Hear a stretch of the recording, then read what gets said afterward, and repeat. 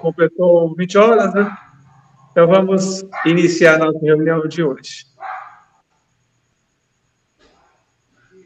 Vamos, em primeiro lugar, agradecendo a todos, né, que estão aqui presentes, tanto aqui presencialmente no centro, quanto presencial pelo aplicativo.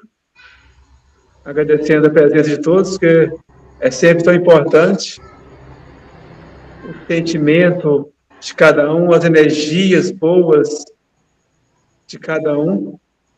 Que Deus possa amparar todos, iluminar seus corações, amparar todos os lares, tanto encarnados como desencarnados.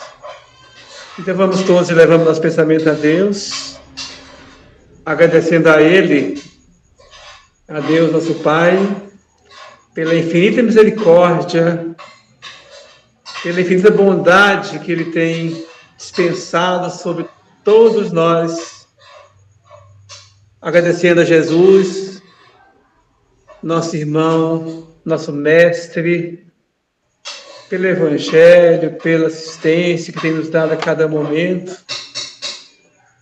Agradecemos aos amigos espirituais que nos auxiliam sempre, nos conduzem no caminho do bem, que nos tentam a nos auxiliar todo o tempo, mas muitas vezes somos surdos aos seus conselhos. Que Jesus nos abençoe, ilumine nossa caminhada e que hoje, nessa reunião de hoje, sejamos todos amparados, tanto nós encarnados como os irmãozinhos desencarnados. Que a luz do Cristo de Deus se faça presente em cada coração, levando paz, harmonia e muita luz a cada um. Que possamos, nessa noite de hoje, expressar o nosso sentimento de gratidão. Gratidão à vida, gratidão pela vida, pelos dons que temos de falar, de ouvir, de ver, de caminhar, de sentir, pela energia que nos dá para trabalhar na nossa edificação. Que a tua luz, Mestre Divino, esteja sempre presente em nossos corações e que possamos cada dia ser melhores a cada momento. Que a tua paz seja conosco, nos abençoe e nos ilumine sempre. E que assim seja, graças a Deus. Boa noite, Murilo, sejam bem-vindos. Então, hoje nós vamos... Boa noite. Nós estamos com a presença da Alane, que vai fazer a palestra para nós, convidando, né? Bem-aventurados aqueles, os brandos, os pacíficos, que ela vai abordar essa temática de Jesus.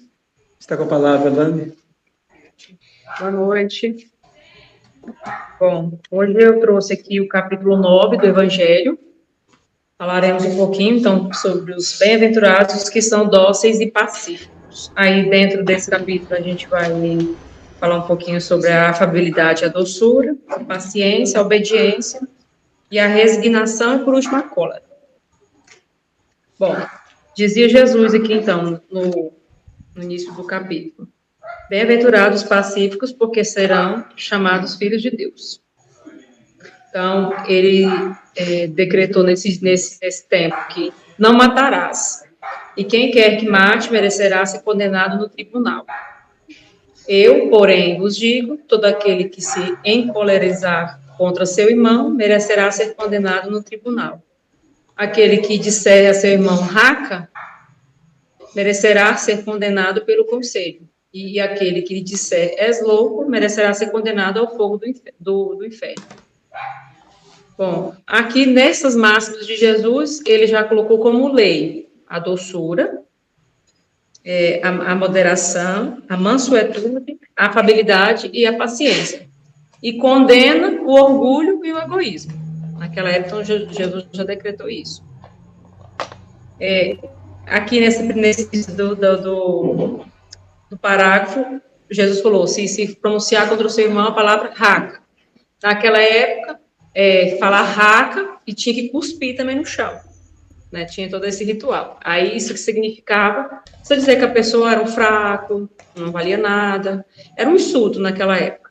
Então, desde essa época já não era permitido você se maltratar o próximo, né? Desde aquela época. E se dizer é louco, ainda seria muito pior. Você é louco. Aí você já era condenado ao fogo do inferno. Então, com essas palavras, Jesus já decretou que sejamos dóceis, né? E o orgulho, que é o mal da humanidade. Eu falei dessa raca aqui. Então, depois disso, a humildade perante Deus, a caridade em relação ao próximo, é o princípio do cristão. O princípio básico do cristão é a caridade, né? Primeiramente, a humildade, né, perante a Deus, e depois a caridade, que é, vamos dizer assim, a máxima, né, do cristão é sermos caridosos. Aí se pergunta aqui, mas por que entende Jesus por essas palavras? Bem-aventurados os que são dóceis, porque possuirão a terra. Ele que disse que se deve renunciar aos bens deste mundo e que prometeu os dos céus? Não, Jesus quer dizer que os bens terrenos, né, materiais, eles são importantes para a nossa sobrevivência aqui. Porém, eles não podem sobressair aos bens terrenos, dos céus, né? Que é sermos pessoas melhores, de forma íntima, amar o nosso próximo. E, infelizmente, a gente tem visto muito, né, nos dias de hoje, sobressair, os bens materiais sobressair sobre os bens do céu. Então, para finalizar esse tema primeiro, quando a lei de amor e caridade for a lei da humanidade, não haverá mais o egoísmo. Então, quando todos nós nivelarmos, né, em evolução, não vai mais existir o egoísmo e o orgulho. Porque quem combate o egoísmo e o orgulho é o amor, a paz, né, a beneficência, a paciência, a doçura, a afabilidade. Bom, aí já indo para o segundo tema, a afabilidade e a doçura. A benevolência para com os seus semelhantes, fruto do amor ao próximo, produz a afabilidade e a doçura.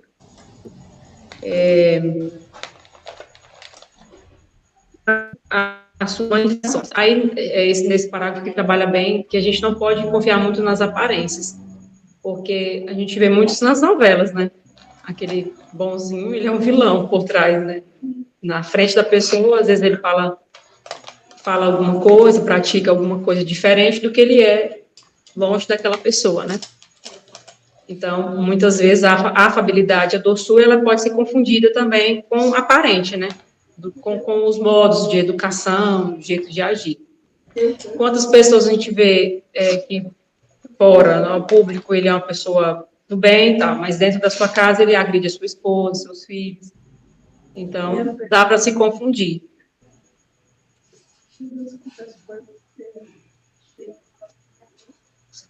Eu queria muito participativa, para as pessoas, mas por trás E a gente estava comentando ali fora mais cedo a questão também de superioridade, por exemplo, do homem em relação à mulher, de se impor, né, o ponto de vista. Não aceita ser desobedecido, vamos dizer com essas palavras, né? Também já é tudo o contrário da afabilidade da doçura.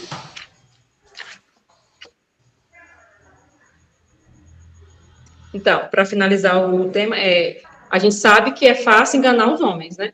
A gente se engana facinho, né, com as pessoas. Mas Deus a gente nunca engana. Então, o que a gente é verdadeiramente no nosso coração, Deus sabe, né? Como é verdadeiro, né? Então, o próximo tema é a paciência, né? O exemplo de paciência que se diz aqui no Evangelho é Jesus, né? O que Jesus passou, né? de dores que Jesus passou, aquele momento na cruz. Exatamente. Foi resignado, teve paciência. E muitas vezes a gente está passando por uma dificuldade, a gente quer que resolva aquele problema naquele momento, naquele passe, rapidamente, e não temos a paciência que deveríamos ter, porque tudo tem sua hora, seu momento de acontecer. E outra coisa também, que parece até surreal falar, mas a gente tem que agradecer mais a dor, as dores que a gente sente, tanto dor física, mental, que seja, né, as dores em gerais, os problemas que a gente tem. Agradecer, porque é a dor que nos faz crescer, nos fazer pessoas melhores. Aquele que sofre, mas claro, com resignação, né, com amor, com paciência. Claro que falar é muito fácil, na hora que a gente está com a dificuldade, é difícil da gente fazer o que a gente lê nos livros, né? Mas o caminho certo é esse.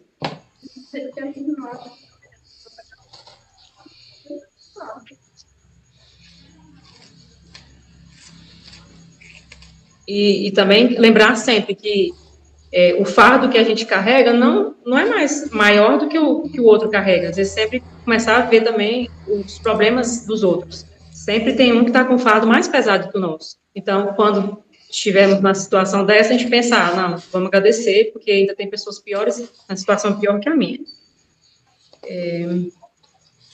Estava tentando lembrar outra coisa, esqueci.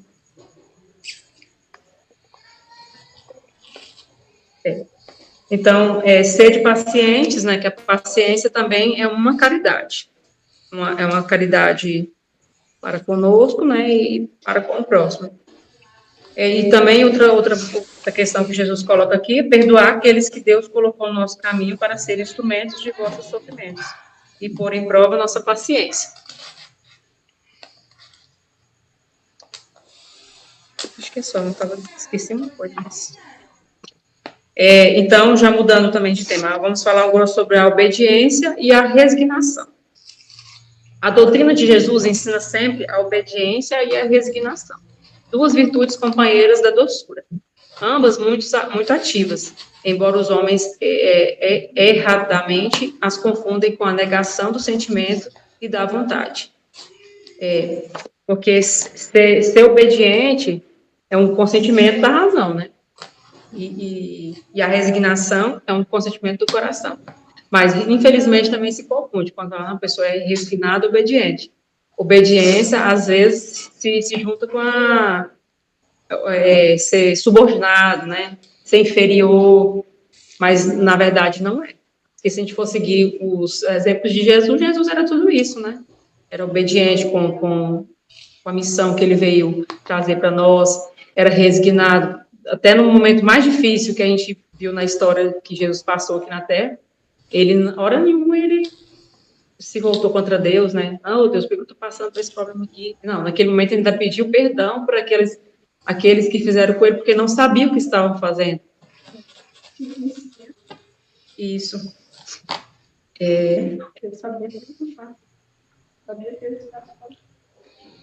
E o covarde, ele não pode ser resignado. Por quê? Aquela pessoa que ela foge daquela dor, ele não é resignado. Porque a resignação é aceitar com amor, com paciência, com fé, né? Além de tudo. Então, o covarde, ele não pode, porque, vamos supor, eu não aguento mais viver, eu vou tirar minha vida. Aquela pessoa, infelizmente, ele é um covarde. Porque se ele tivesse resignado, insistido, ele tinha conseguido vencer a luta dele.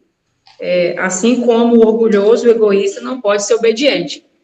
Porque quem é orgulhoso, ele não aceita que ele errou, e o egoísta também, que ele quer sempre aquilo para ele. Então, ele não pode ser obediente. Então, são coisas contrárias, né? Se a gente vê que as qualidades, né, elas são sempre contrárias aos defeitos. Né? Sempre o inverso, né? Não tem como você ter as duas coisas. É igual aquela passagem que você diz, né? Não se pode servir a Deus e a mamão ao mesmo tempo. Sempre vai ter que ir mais para um lado do que o outro.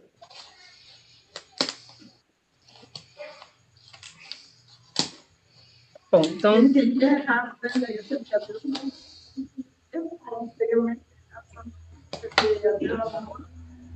Você está aqui, você pode falar mais ou falar essa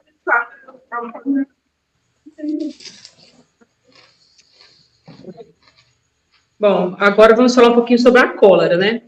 Nesses últimos tempos a gente está vendo muito isso nas guerras, né, principalmente, mas não só isso, no nosso dia a dia, né, a gente sempre está vendo nos noticiários,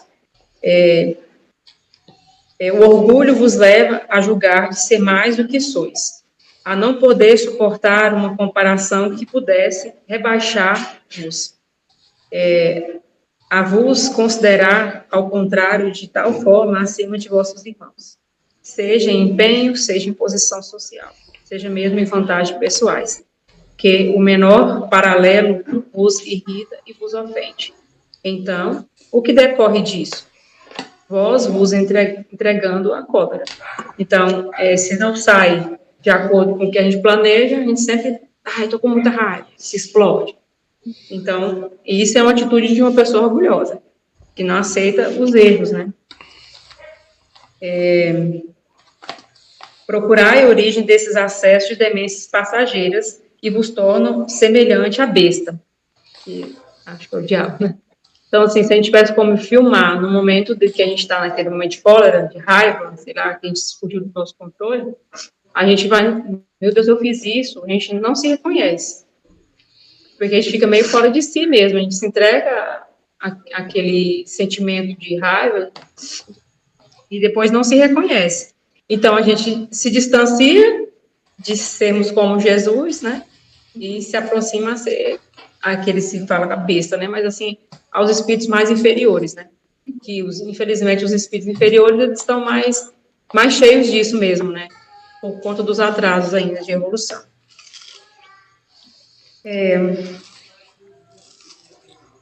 A cólera não exclui certas qualidades do coração, mas impede que se faça muito bem e pode levar a fazer muito mal. Isso deve ser estímulo suficiente a motivar esforços para dominá-la. O espírito, além disso, é estimulado, por outro lado, o de que a cólera é contrária à caridade e à humildade cristã. Então, não quer dizer que uma pessoa que perde ali tem aquele momento de raiva ali, ele está com o coração ruim, sempre ruim, não, tem as suas qualidades, mas devido à fraqueza, ele teve aquele momento ali. E aqui se diz, né, no final, o espírita, a cólera é contrária à caridade e à humildade. Então, mais ainda a gente tem que se trabalhar para não se entregar a esses sentimentos, né?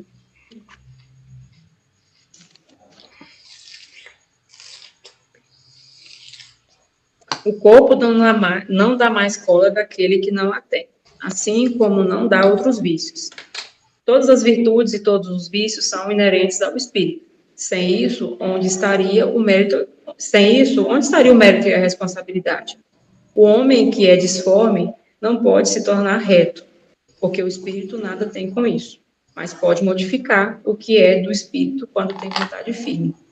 E quando a gente está no momento de cólera também, não é só aquele visível que a gente causa, aquele horror nas pessoas, mas o que a gente prejudica a nossa saúde também, saúde física. A gente desenvolve um problema mais de coração, de ansiedade, pânico, algo também que vai para o nosso físico, claro, nosso perispírito também. A gente danifica o nosso perispírito. Então, aqui se diz, né, tem que tentar no caminho mais reto, tentar controlar esses impulsos que nós temos, para que nós chegamos no comecinho da passagem, né? Bem-aventurados as pessoas, aqueles que estão dóceis, né? Dóceis e pacíficos. Dóceis e pacíficos. Então, quem é dócil, ele é afável, ele é manso, né? Nunca ele vai agredir a pessoa com palavras, né? Mais que no texto que Jesus nem falou de agressão física, ele falou de agressões com palavras, né? Que há muitas vezes as agressões com palavras te machuca muito mais do que aquela de dar um soco, muito mais. E assim, diante da nossa situação que nós estamos vivendo, né, de muitas guerras entre países, guerra política, guerra entre família, né, a gente vê muito isso. Então, devemos mais ainda pregar a paz e o amor, que é esse daí que é o caminho certo para chegarmos mais próximos de Jesus.